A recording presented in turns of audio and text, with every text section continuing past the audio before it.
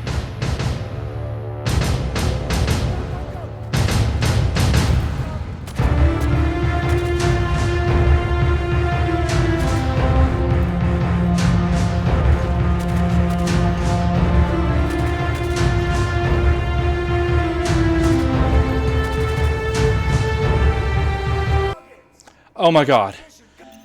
Oh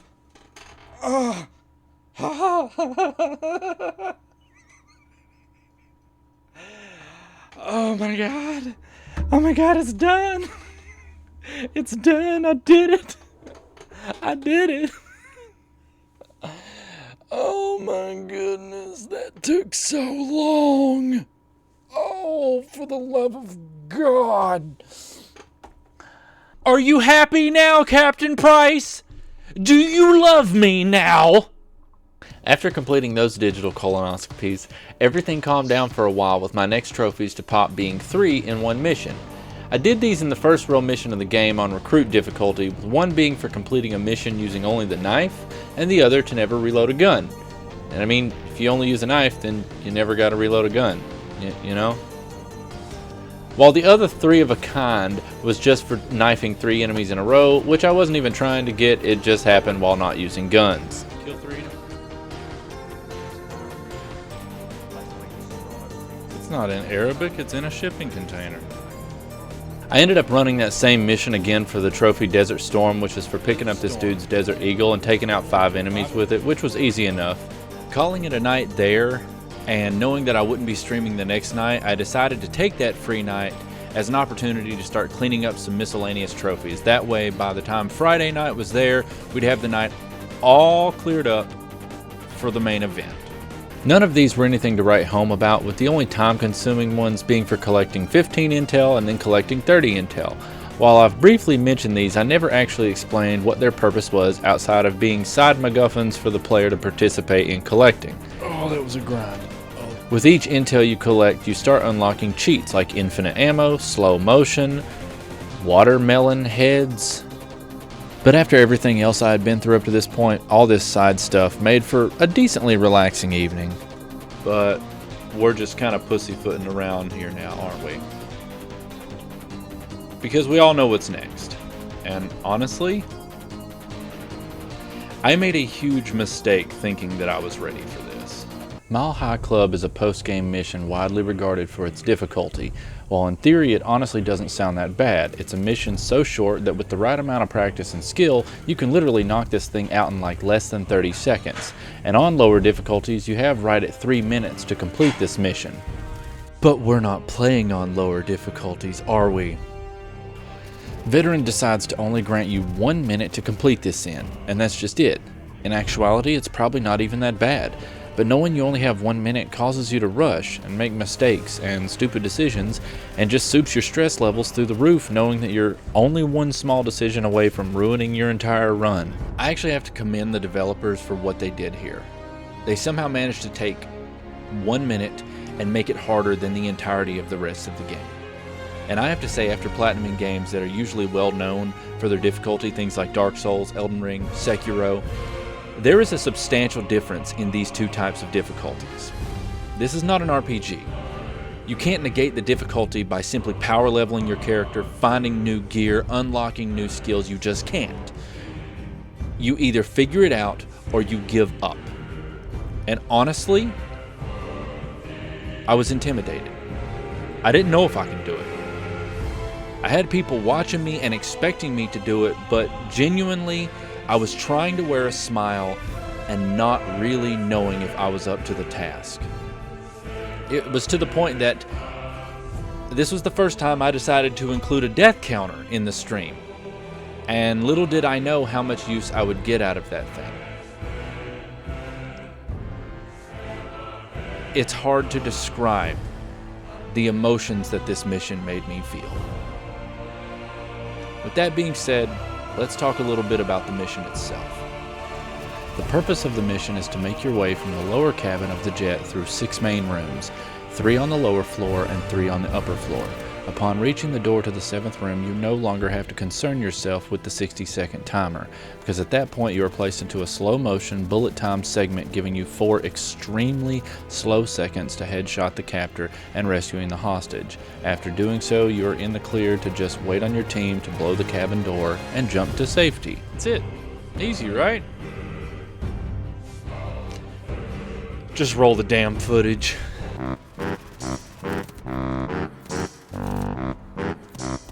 Knife him.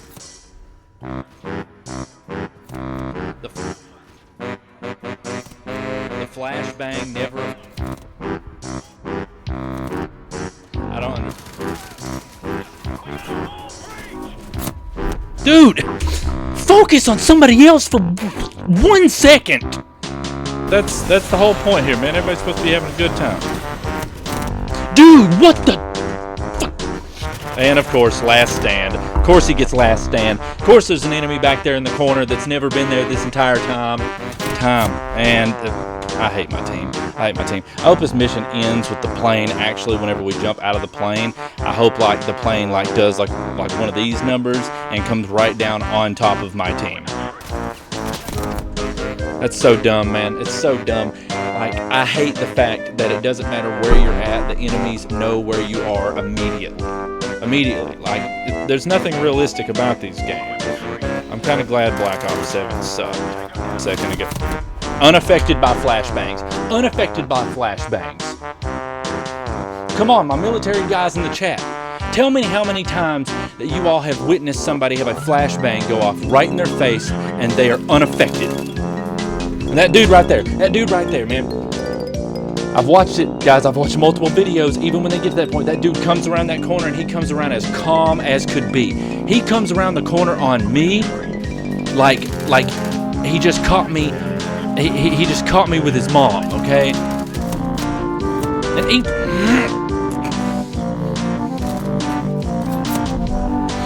Sometimes the enemies die and fall down. Sometimes they die and sit there and do a little dance, do a little jig before they hit the ground. Yeah, I appreciate the compliment, man. It's a problem. It's a problem. Like, being persistent is one thing, but this right here, man, this is dumb. This isn't fun. This isn't fun. I'm gonna be honest with you. This right here is beating me down to the point where I'm not even sure if I'm going to feel good about getting the platinum. Whenever I do, I really don't know if I'm gonna feel good about it, because like this is dumb. This is dumb. See, this right here, this is the kind of stuff I wish people understood. Whenever they're just like, well, you're just playing a game. You're just playing a game. What's the big deal? It's just a game. It's just a video game. They don't understand. Okay, yeah, I'm not out here practicing a sport every day. Okay, I'm not out here doing something outside every day. All right, I'm not. I'm not doing that. Okay. What I am doing is I am ramming my head against a wall over and over and over and over again, trying to succeed where I have failed so many times, 414 times to be precise. And so many people just don't get that. They just don't get that. It's like, oh, it don't take nothing to play a video game. You're just sitting there mashing buttons. You're just mashing buttons. Really? Really? That's all we're doing here. That's all we're doing here? We're just mashing buttons? Really? What makes playing a sport so much better? All you're doing is playing with balls.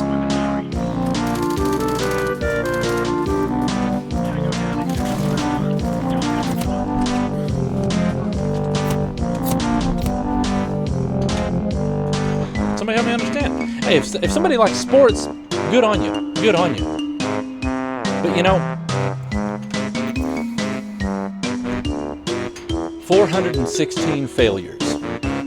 416 failures. How is that, and still trying to make it happen, how is that any bit different than practicing and practicing and practicing and practicing and failing over and over and over again at a sport or an instrument or painting or drawing or any of those things? How is it any bit different? How's it any bit different, huh? Why is it that playing a sport like football or basketball or anything like that, why is that the pinnacle of masculinity, huh? Why has that got to be that? Why is it that right there? That is the primary focal point of so many people in our time and for so long, that if you're not into sports, then that makes you're not masculine. You're not masculine. You are emasculating yourself by not wanting to take up sports. Whenever it is that it takes no less effort to be good at things like this, to make things like this happen. Okay, it's not about being the best of the best of the best. It is about pushing yourself to the brink that you're literally, your brain is about to pop out of your forehead. Okay, you've pushed yourself so far and you still keep going. This is what I was talking about the other day at the beginning of my stream. And so many people, like, they watch me and they see me get aggravated or mad or something like that, and they're just like, oh man, he's really stressing out, man. Like, why are you gonna stress out like that? Like, hey, just calm down, just get in a better mood. No, I don't want to be in a better mood. I want to achieve what I'm trying to do. It was at this point that I was really starting to feel like I wasn't gonna get this done. So sorry to all the sports fans out there. I hope you can understand I was about 20,000 leagues deep into my feelings at this point. I just didn't know if I could do it. I felt like a failure. More deaths than any other challenge I'd ever had before. And while my chat was being very supportive and was doing everything they could to keep pushing me and keep me going, I honestly just didn't know if I could. But I knew I had to keep going, because what kind of message would I be giving if I just gave up? Just like I said before, I know it's just a game to a lot of people, but to me it was more, and I didn't want to give up, and I didn't want anybody watching me to see me give up. That's not the message I'm trying to get out there. So I kept going. Not kidding, but they're getting.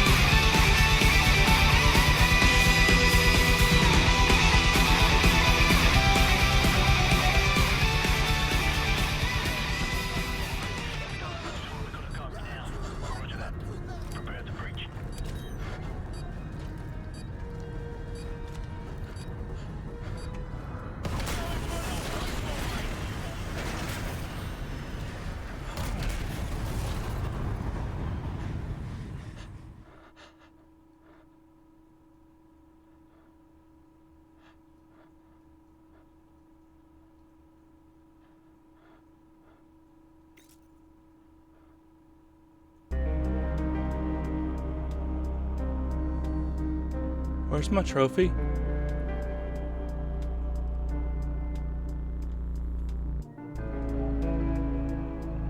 Why didn't it give me my trophy? Melon heads. Melon heads stole my attempt.